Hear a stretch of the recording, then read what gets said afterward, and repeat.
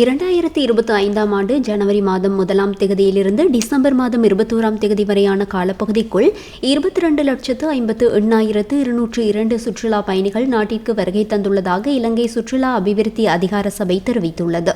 சீரற்ற வானிலை காரணமாக நாட்டில் ஏற்பட்ட பாரிய அனர்த்தத்தின் பின்னரும் சுற்றுலா பயணிகள் தொடர்ந்து இலங்கைக்கு வருகை தருவதாக இலங்கை சுற்றுலா அபிவிருத்தி அதிகார சபை தெரிவித்துள்ளது.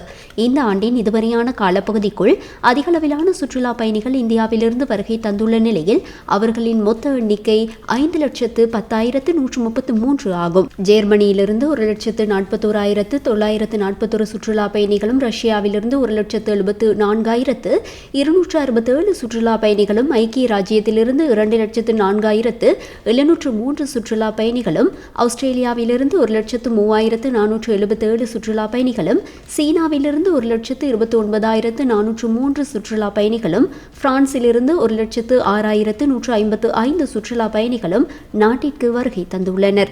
அத்துடன் டிசம்பர் மாதத்தின் முதல் 21 நாட்களில் 1,54,609 சுற்றுலா பயணிகள் நாட்டிற்கு வருகை தந்துள்ளதாக இலங்கை சுற்றுலா அபிவிருத்தி அதிகார சபை மேலும் தெரிவித்துள்ளது.